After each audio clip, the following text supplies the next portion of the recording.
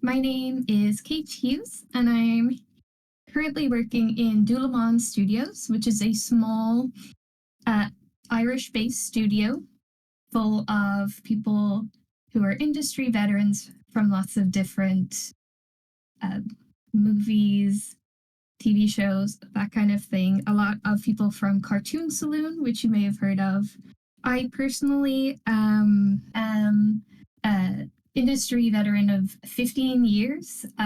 People find that surprising because I recently got ID'd for getting energy drink in my country, which you need to be over 16 for, but I swear, I am actually meant to be here. Um, I have worked on shows like the Huggle Monsters, Pete the Cat, the Cuphead show. Um, there was that mini series El Defo, which was a biography, and Peter Rabbit, and I'm currently working on Oribus, which is a upcoming release that we are pitching to different broadcast networks. So hopefully you should see more of it in the coming year. So basically, oh yes, this is some of the shows that the people in Dulaman have worked on. Because while it's based in Ireland, there's people from all over the world, so you can kind of see these are the ones they picked as their favorites. And they've worked on loads more as well as that, but just to give you an idea of the kind of background we're coming from.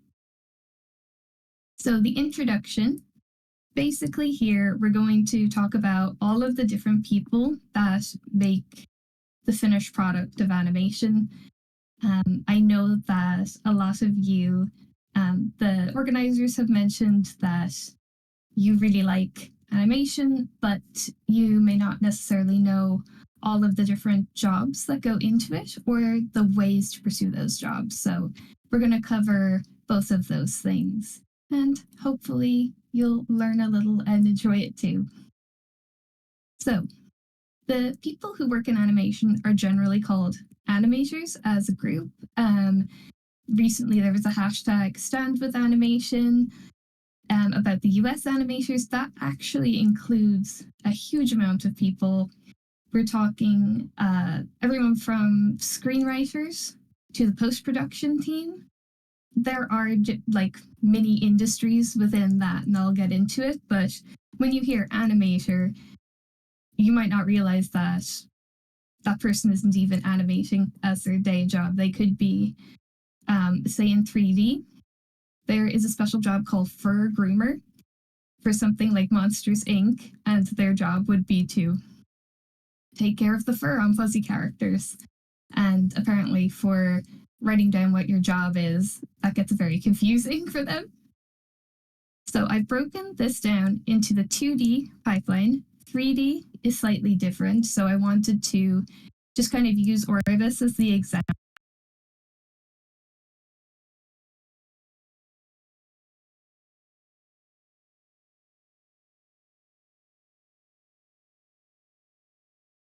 Involving the rigging and the fur and lights and things like that. Whereas in something like anime or something like Avatar, The Last Airbender, you're looking at the 2D pipeline, which is the one we're going to go through today. So in pre production, you have the showrunner or creator.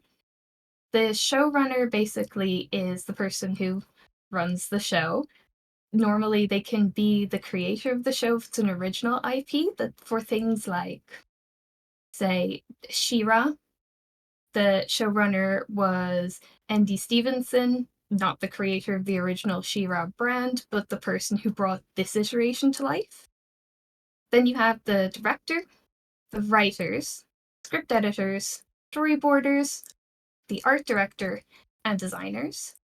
Next up, you have the production. So you're looking at producers, voice actors, sound, scene prep, animators, and cleanup artists. Then in post production, you have special effects, compositing, editing, and composing the music. And then usually it's broken into these three as the main pipeline, but especially nowadays, it's really important to focus on release as well. So you have a social media team that gets the word out about your series. And the director and producers, again, are kind of vital to organizing how it's going to be advertised, which broadcasters want to buy it after it's made, that kind of thing. So, some jobs that span the whole timeline, because I'm trying to do this chronologically, but some of these kind of, you'll see them pop up again and again. Um, Another disclaimer with the chronology stuff is that I am just doing my own experience and the experience of my coworkers in largely the European animation industry. And so it goes the same for like co-productions we've done with the US or Canada. And the reason I say that is because every studio works slightly differently. So if you're starting your first job in animation and it doesn't look exactly like this, um, there's no need to panic. The line producer, which is one of the head producers, is the person who decides how much do you need in each department, what department should you prioritize, that kind of thing. And some jobs will have the same function but different names depending on where you are. Like for instance, I once worked as what was called a layout artist, but was much more like scene prep in other jobs I had done. So, there's that difference. Your mileage may vary, and in some countries as well. For instance, in Japan, I know that voice acting is the last step, and that comes like post production, nearly just before the final edit. Whereas with our productions, the voice acting is going to come in pre production, and the animators use the voice acting to time their animation to. Um, there is also the case of we're going to go into the writers as separate to the storyboarders. And in some TV shows, especially, I think Cartoon Network would be the leader in this. There are board driven shows where the episode director takes the storyboard and creates it like, yeah, creates the episode without a script and straight to storyboard. And then everyone kind of follows their signature style. In most animation for television, and I think all film animation, it is usually done with a script, and the script is edited and things like that. So I just wanted to give those little disclaimers because, yeah, things can look different and it always will, and that's okay.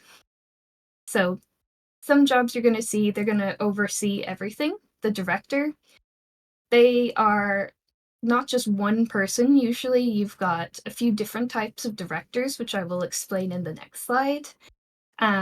They make sure that the show is basically getting made, is everyone is working as a team, there's no problems with the teams communicating, that everyone's clear on the style of the show and how all of the computers are working, even like it's very much a wide spanning job. The line producers, so these are some of the head producers. I know that in kind of colloquial language, like as in everyday language, what a producer means is someone who just gives money to a presentation, like an angel investor or something like that. That's an executive producer. What line producers are and production managers, production assistants are people who work to make sure everything is on time. They keep the project on the rails. They troubleshoot if anything is going wrong.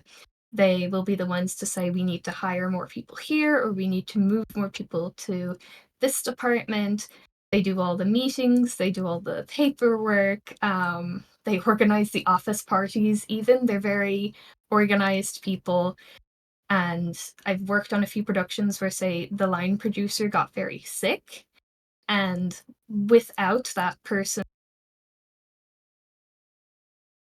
New method that many researchers.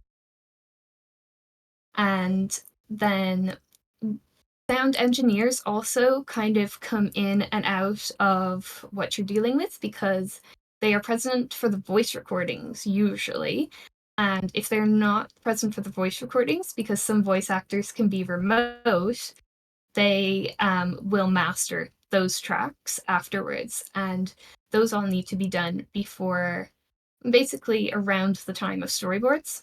And they will handle like stand in sound effects for the animators to use. And then, of course, right at the end, they're going to come in with the final sound effects tied to the animation and mastering the vocal tracks to match with everything right at the end. So it sounds perfectly crystal clear. So these are the different departments in detail. I have a little map here that explains what pre-production is. First, you're starting off with pre-production. That's the pitch. So I will be explaining that in a panel tomorrow what the pitch is, but basically it's just the creators of the show go and tell their idea to either a studio that's going to make it or people that are going to invest in it, that kind of thing. And once the show is greenlit, then pre-production proper can start. And you want to start with development. Development is making the idea ready for everybody to work on. So the showrunner usually comes up with um, a style Bible, which I'll explain in the next panel. The series director is there, the writers and the production team all sit down and come up with how pipeline's going to look, what are the instructions they want to give people, um, the rules. There's great resources online. If you look at the rule sheets for the animators on King of the Hill, it's one of the most extensive um, kind of show Bibles I've ever seen. They were really particular about like how the characters' mouths moved, how they walk, everything down to the finest detail. So if you're interested in that, I recommend looking at it. Then you're going into pre-visualization. And the art director is the person who leads that. They are just underneath the series director. Sometimes they're the same person, but especially in larger series, like, say, the Cuphead show, they'll have an individual art director that takes care of all the visual parts. And there'll be a research and development kind of stage, and they eke out the key design features that they want the show to look like, essentially. Then the last stage in pre production is design, and that includes character design, layout design, background design, and storyboards. And those are probably stages you've heard a little more about, but we will be covering them as well. So, the creator, how to pitch your idea. It's a complex process that I'll go over tomorrow in detail in my panel. So, I won't dive deep into this, but that's basically the very, very first step. Then we're going to move into the writer's room, which is the first stage of pre production. There's different types of writers and editors. So I kind of broken them down here. The showrunner often writes the majority of scripts, but they also have final say on style and tone. So they're the ones who are going to be giving out revisions to the other writers if they're not matching the style quite so well. They'll also know what happens in every episode. So if, the different individual writers are repeating anything or contradicting each other, the showrunner will give them revisions. They'll go do another version of it, that kind of thing. They make sure continuity, the voice of the show, all of those things are working. Then we have the sensitivity or cultural reader, which comes in usually at the start is what you want, like just after the first drafts of the writing has come in. Sometimes it's an external contractor, some are hired on staff. It's basically like if the story is about a specific culture or a specific group of people, that person is an expert on them, and you want to make sure nothing is inaccurate. These weren't as prevalent in older shows, but now because you get live feedback basically on the internet and stuff, people are more aware of like say if the character was in a wheelchair, a disability sensitivity reader would come in and check like the character is animated using their wheelchair like a real person would, that kind of thing. And yeah, they're really important for the standards and practices, i.e., getting your show on the air. And because broadcasters are very careful about all of these rules and regulations. So they're a really important thing to have early on. Then we have the writers. So usually these are part of a team. Each member usually is given their own episodes to be in charge of. Sometimes they work in groups of two and they pass them backwards and forwards. Sometimes it's everybody is working remote and, does revisions on other people's scripts. It really depends on how writing heavy the show is, how strict the rules for that age group are as well. Because, say, for preschool, the rules and regulations that every script has to have, like, are the children supervised? Are they doing anything dangerous? Are they eating healthily? That's all kind of has to be up to a certain standard. And then they you've got, yeah, I've mentioned standards and practices before. They are usually employed by the broadcaster. They're not in your studio, but there's something you really have to consider for certain shows, especially when we worked on preschool, for instance. They're very strict. And different territories will also have different rules, like different countries, different continents, that kind of thing. The last stage is the editor. Sometimes the writing teams edit one another's scripts. Other times, specialized editors are employed. So it can be a separate job or it can be part of the writing job. What do you need to become an animation writer? So I put this together like, how do you become a writer or editor for animation? There is no one single track to this, especially in Europe. I know that in America, it's like you can go straight from college to be a writer on certain animation shows because they take an entire team at once. Whereas in animation in Europe, it's kind of more of a kind of almost a chance encounter because a lot of the studios will only be hiring like one extra writer when one leaves or something like that. Or they are taking on series that are written in America and animated in Ireland, animated in France, that kind of thing. So, um, what you would need to do is start off with screenwriting courses. Um, if there's a degree in screenwriting, that's an excellent place to start because there are a lot of rules you need to know. I did a module and some small courses in screenwriting myself. Um, they were done by the local film board. Those are really great, especially if you're already a writer or you say like write books, novels, that kind of thing. It helps skill up into film and into animation.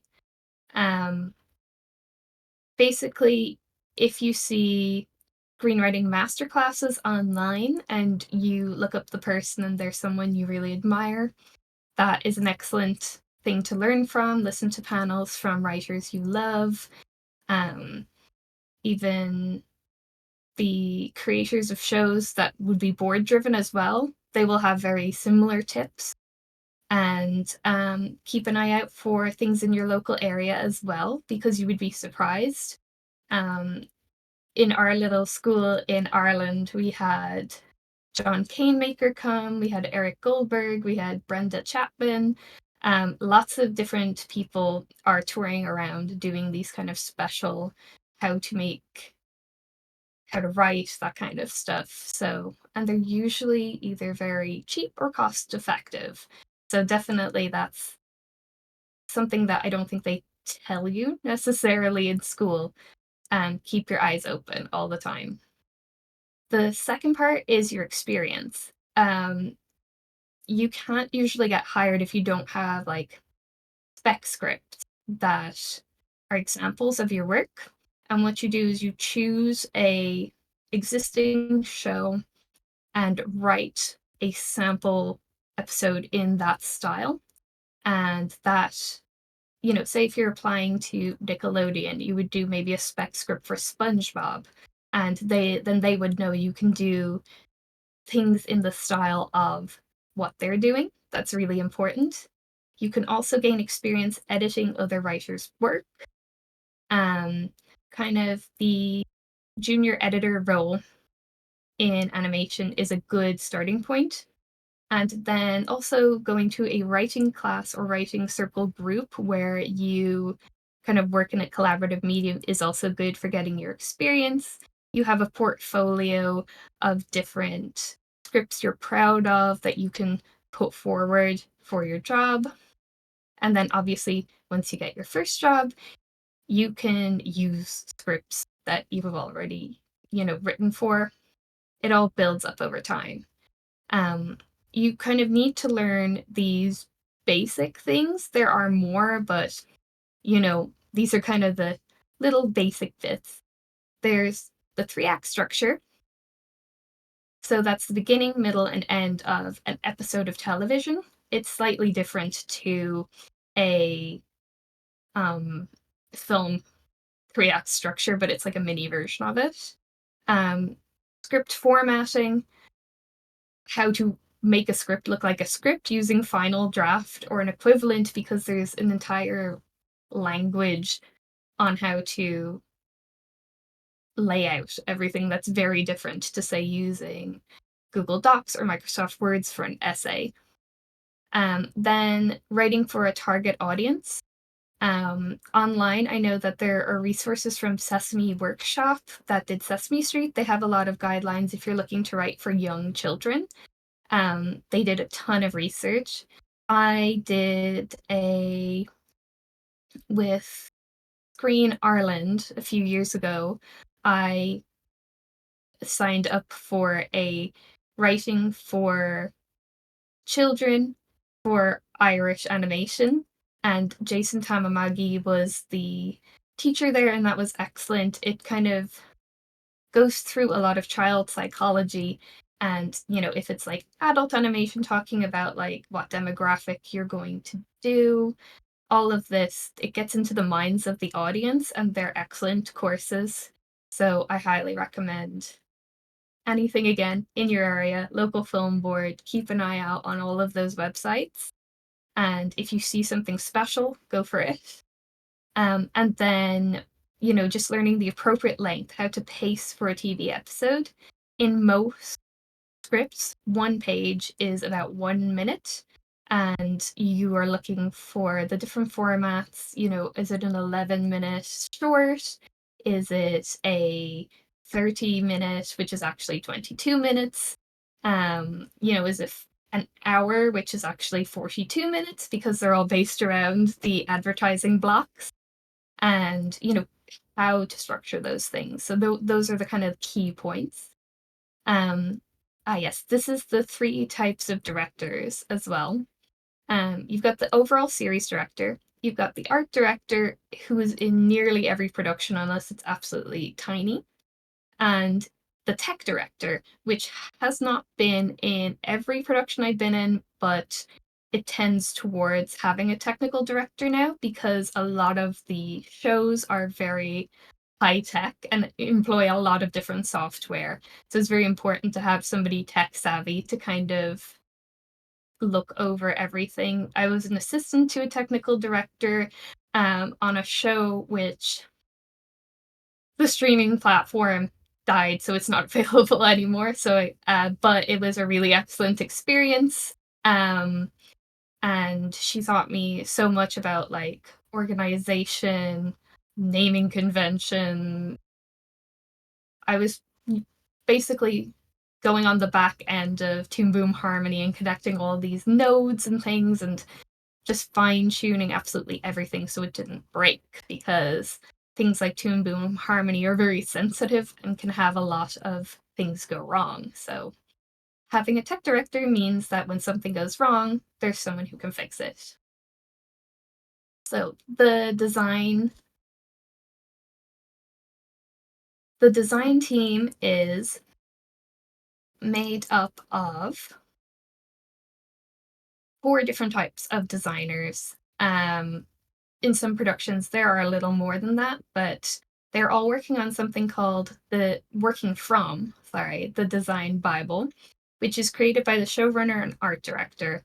As I had mentioned before, the rules, like in King of the Hill, it creates a design language for the series. It has pictures of the characters with the Pantone color values of all of their different parts of their face, different parts of their armor, that kind of stuff. What their clothes look like, if they have fancy clothes, if they have casual clothes, that kind of thing. What each of the things are drawn like, how they drape. Yeah, and some characters will have signature colors. Don't use these colors when designing things for X, Y, or Z because, say, you've got the Powerpuff Girls. I like to use an example of color theory. Obviously, Blossom is having mostly pink and red clothes, Bubbles, blue, and Buttercup would have green. And you wouldn't give Blossom green clothes. That would be against the rules of the Design Bible because Buttercup has the green clothes. So it's that way of keeping all of the characters on model, looking like themselves, wearing what they would wear, and not having it visually confused. Um, like the paintbrushes you use for the backgrounds are also included in this. Um, it can get really detailed. Basically, some of them have made up uh, alphabets. Yeah, alphabets.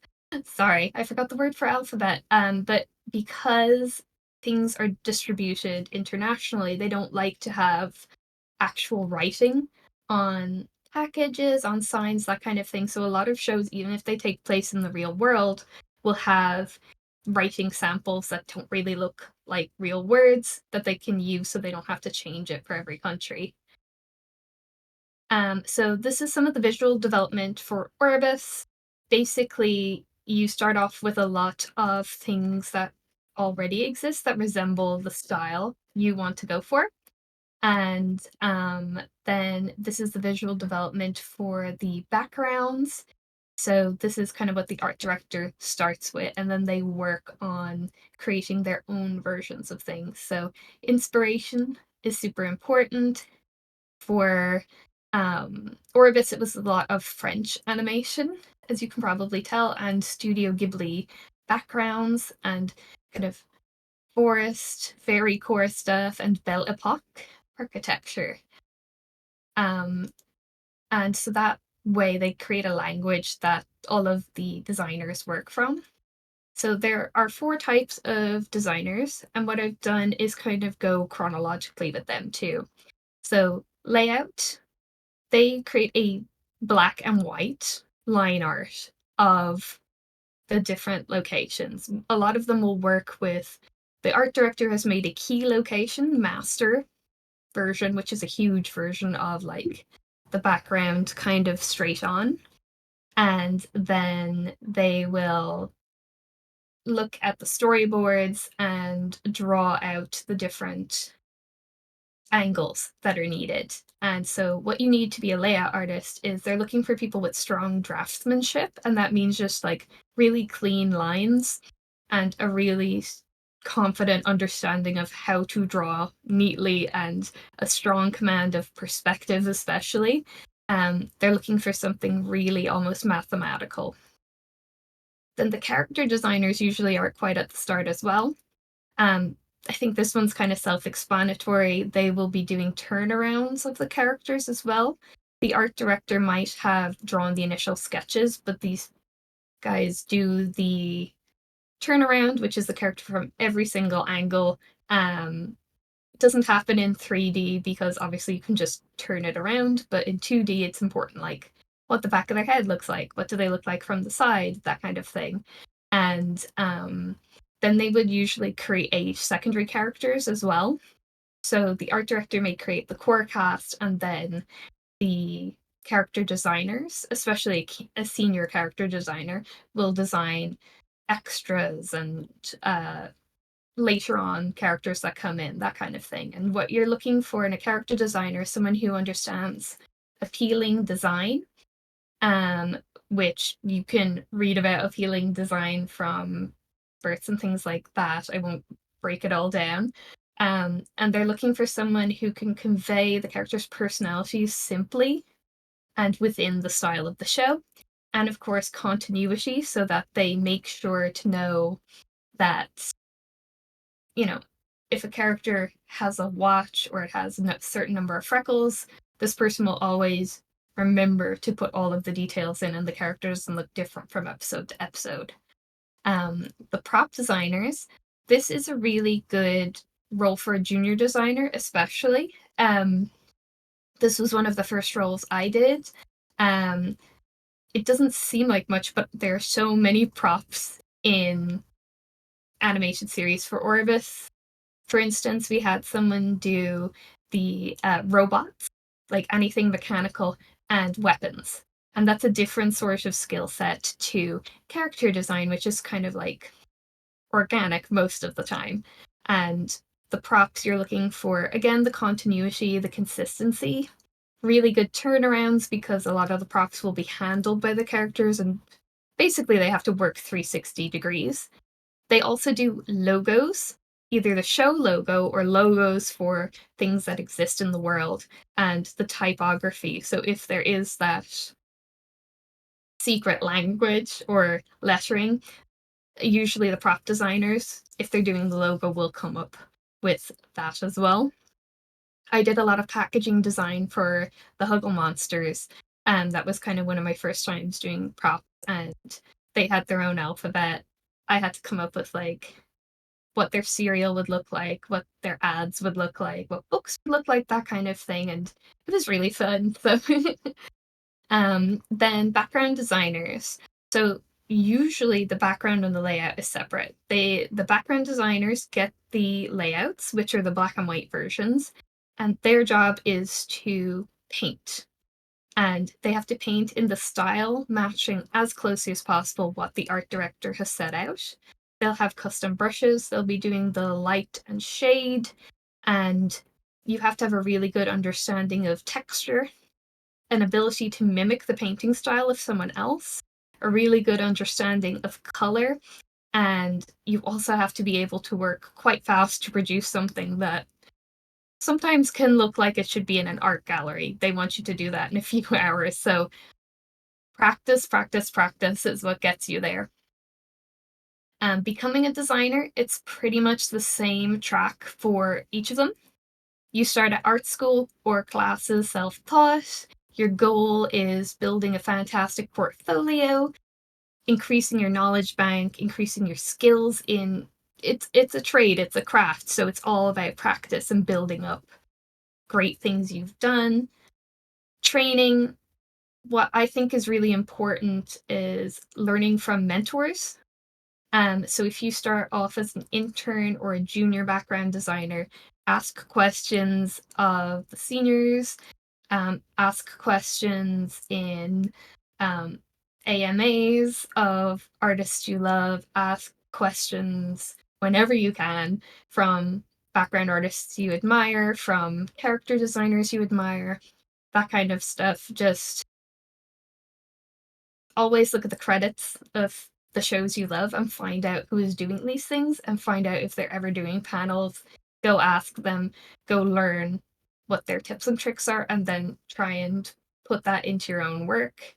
I think that can really help you skill up much faster than just looking at basic books, and even can skill you up faster than maybe doing art classes, and because it's all specialized. And then once you have done usually a degree in, say, fine art or animation, you'll probably have covered each of those different areas, and then you'll specialize. So you just fine tune your portfolio to focus on the aspect of design you're strongest in.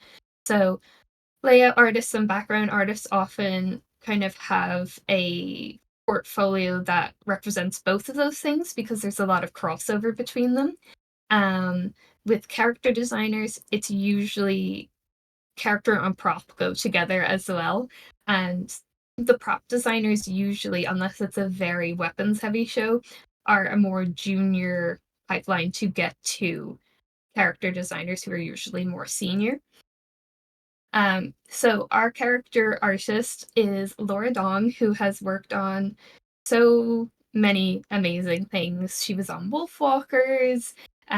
She's I can't even remember half of the stuff she's been on because she's an excellent designer.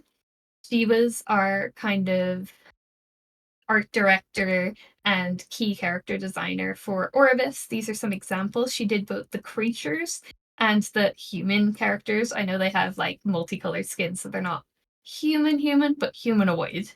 And she came up with like their color stories, as you can see, like um, because Fen has this pink hair, no one else in the show can have that color pink hair because they'll just confuse it with the main character. You can see Kai has very like purple and pink, and Laura has written notes on all of these to give them really unique visual language to each of them. This was done by Noah Coons. He did all of the weapon designs. And because this is a weapon heavy show, he's like a senior designer. He did the Orvis logo as well. He just got like really cool ideas. They're also stylish. Um, and you can see more of that like on our social media as well. Then we're going into storyboarding. That's translating the script into images. Larger productions also have dedicated script revisionists, which is a great way to get into storyboarding, where you do the fixes on the storyboards. Um, Basically, I think everybody kind of knows what a storyboard artist is, so I won't go into like what it is, but you need to remember that you're not doing finished pictures for each. They really value speed and expressiveness. Um, that's kind of the two things you want to get down. You want to practice to get really fast at drawing characters on model and conveying their emotions and knowing different shots. Um, from reading, say, live action cinema book or looking at tutorials online, those are kind of the main stock and trade. Becoming a storyboard artist, again, you would go to art school or classes, specialized courses, boot camps. You focus on life drawing and gesture drawings, which are these really fast, kind of, you're just drawing the motion, the lines, that kind of thing. They don't want you to focus on very complex portraits that take hours to do. These are all fast, they show the general movement. That's what studios are looking for. And also an understanding of cinematic visual language, like close up, over the shoulder shot, a dolly shot, a hero image, all of this stuff that you would need to know. Um, with training, again, I'm going to say mentorship is really great. If you start as an intern, and I always want to mention a paid internship, if possible, they should be paying you for the work, not you should be paying them. Um, that's something that was instilled in me when I was an intern working in Brown Bag, that you're going to be doing the work of a junior person, so don't get ripped off by some companies that are a bit, shady. So when you are a junior, you will usually have a mentor, and before you get into the industry, you can also ask someone to be your mentor if you admire their work already. And that really helps because you get real world information. Um, Normally, you would start off as a trainee storyboard revisionist, and that's somebody who the director will give notes about the storyboard and say, oh, this needs to change, that needs to change, we're changing the script a little bit, we want this character to look more like this, or the shot to be more like this. And so you're practicing all of the skills of storyboarding and learning how everything works. And the company is also watching you and seeing you develop. And then you can move on to being, he goes, trainee storyboard revisionist, lead storyboard revisionist, storyboarder, and then, head storyboarder, or working as one of the senior artists on a board-drawn show. For your portfolio, you're looking at, obviously, sample storyboards. Giving an example of how you understand all this visual language, but also you really want to focus on those gesture drawings from real life. I cannot stress it enough that most storyboarding jobs, they really want to see gesture drawings, and a lot of them. This is a storyboard by our storyboarder, Greta Chaldi, and they were doing a stream on our YouTube as well. So if you want to see some of how Greta storyboards, it's really good. This is obviously an animatic where they put the storyboard to timing, but these are storyboard panels. Yeah, so the key traits of the storyboarder I have here. These are the backgrounds that I wanted to show as well for background and layout artists. The layout of this would be slightly different for each because one is destroyed and one is intact. So the layouts were done by Meggy Volusek, who is just an amazing draftsperson and created this really beautiful room that our proof of concept took place in. And as you can see, when you're a layout artist, the architecture and all those clean lines are super important, especially for something like this. And then the background color was done by Maya Esquere, and Maya is just a superb background artist, has beautiful brush technique, and was able to capture the difference between the sunny, happy, everything's okay, and the kind of nightmare version. She really, I don't know if she did an excellent job. This is one of Maggie's layouts, so you can see this is kind of what I'm talking about. When I say black and white, it usually is blue and white. I am not entirely sure why. And then there will be parts that can move in gray as well, and you can see how exacting it is, how neat and tidy it is. And these are the background tips we had for Orvis in the design Bible. This is only a little bit. It talks about what brushes you should use, how to do reflections, that kind of thing. And then going forward, any other artists could look at this as well, and Maya would be the senior for them. Yep, layout and background design. Generally, they have key and master layouts, and backgrounds are designed before the storyboarding stage, and the storyboarders use those from the design Bible to go off of where they're positioning characters and stuff. Then when the storyboards are approved, the designers look at those and see,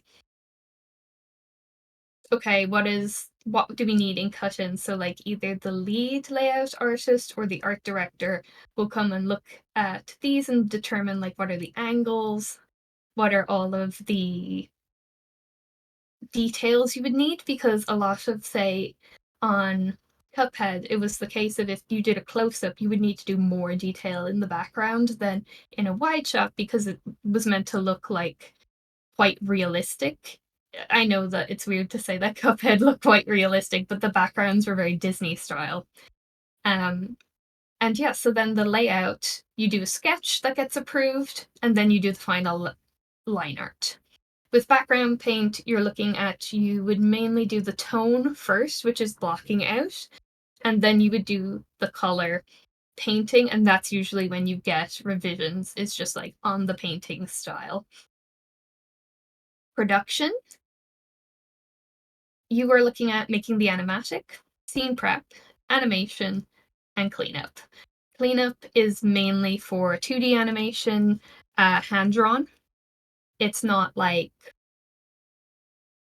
really used in things with rigs because the rigs are already cleaned up in the design phase.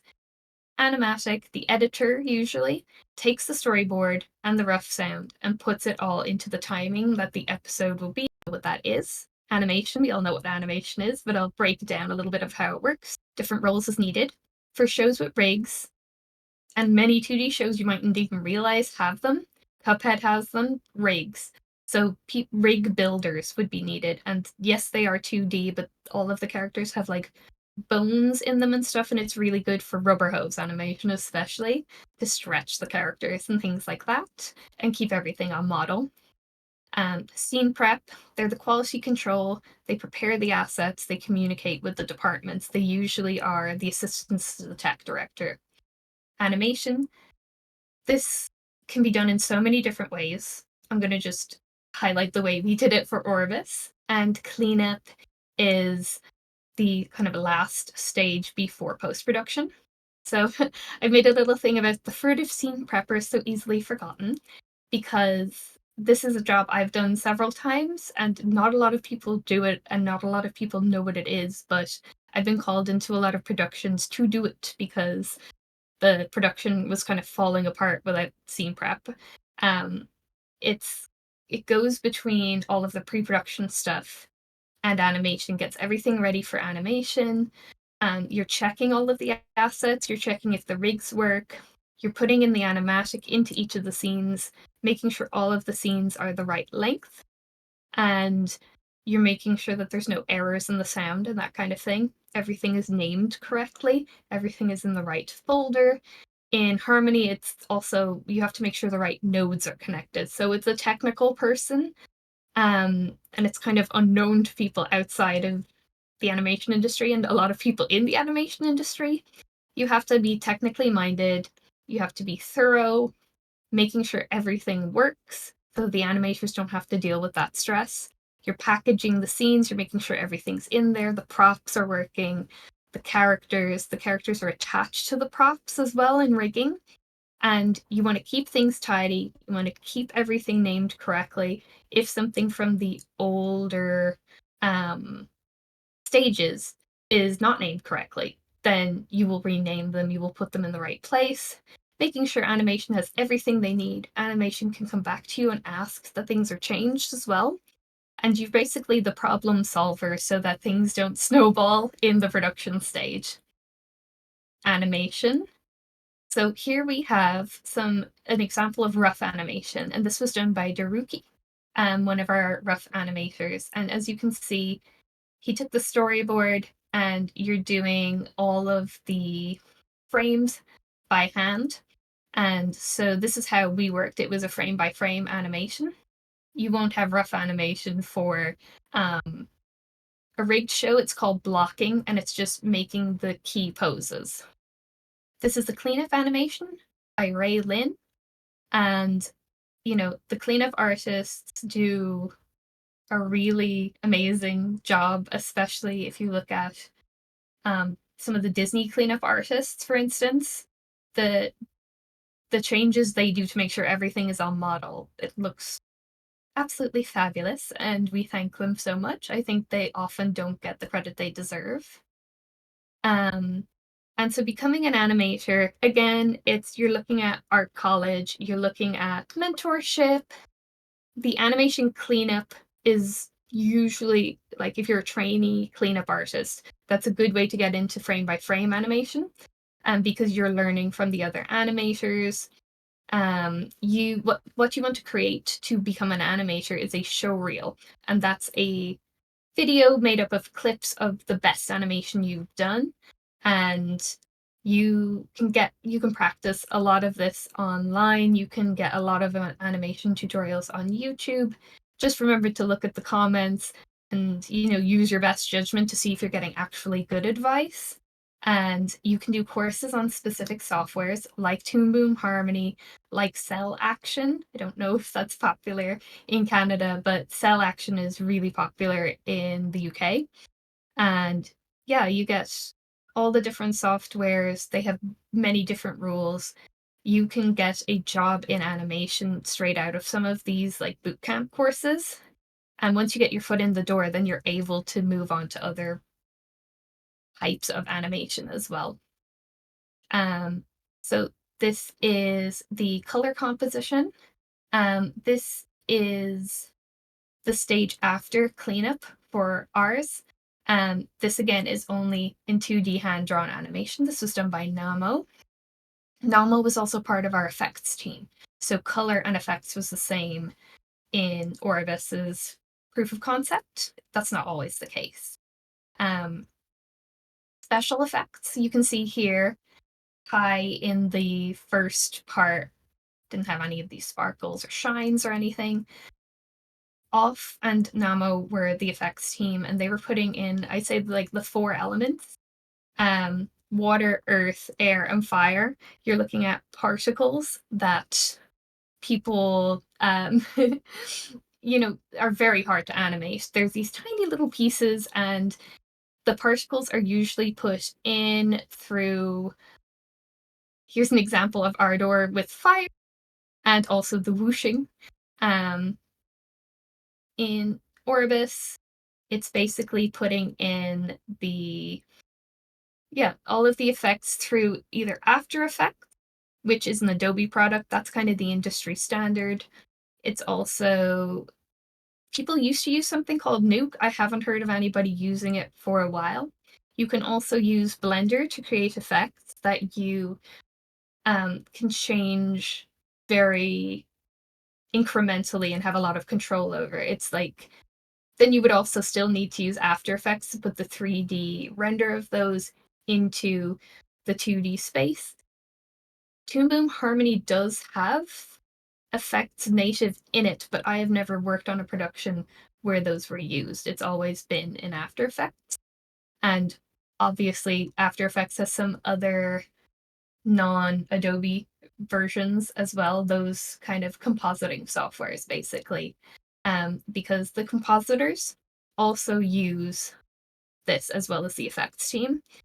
Compositors put everything together and make it look beautiful. For Orbis, this was the color team, adding the color to the clean animation. In larger teams, there is a color department. I worked as a color artist in a few of them, and usually I would be creating the color keys and choosing the colors for all of these characters, and that those sheets would be sent overseas. So I would have to communicate them with very little language. The compositor also adds the backgrounds and the effects from the FX team and makes any adjustments needed to the color grading or shadows. Here I have the main three things you need to know listed. After the panel, I can also go through these if anyone wants to email me. It's basically, these are the three main ones I know of. In 3D, it's probably going to be native in Maya and stuff like that. How to become a compositor or an FX artist. VideoCopilot.net tutorials is an excellent resource. Like, you can learn professional level stuff for free there, and they give you free assets and things like that, as long as you have After Effects or some equivalent to it. You can do a course in multimedia or 3D animation, special effects, etc. Those are all great. And then you just want to create a show reel like an animator, your reel of effects from these tutorials or your own footage using stock assets and images. Keep building your portfolio with smaller jobs like advertising or doing effects for fan films, and just keep showcasing your skills. The final steps: the edit, the sound, and score. And the editor is a senior job, usually. There, when I worked in Lighthouse, Mark was the head editor, and he is awesome. Like, their editors are the ones that make sure it's the right length, that they cut out anything that needs to be cut in the last stage. They put the credits in, they sew everything together. Generally, your path is through an animation or a multimedia degree.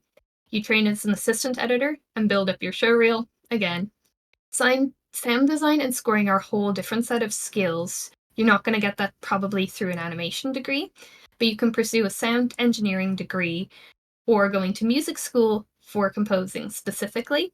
They're the main entry points, but you can also be self-taught and build up a solid demo reel. I'm not going to go too in-depth with that since we're coming to the end and everything, but Randy Greer was our sound designer and composer, and if you follow him, he has lots of great tips on this, and how to compose, how to build up your reel, and things like that.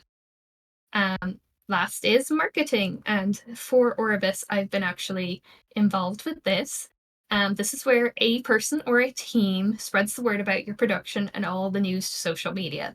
Because we're in the funding stage, we are working on this to get kind of the series off the ground.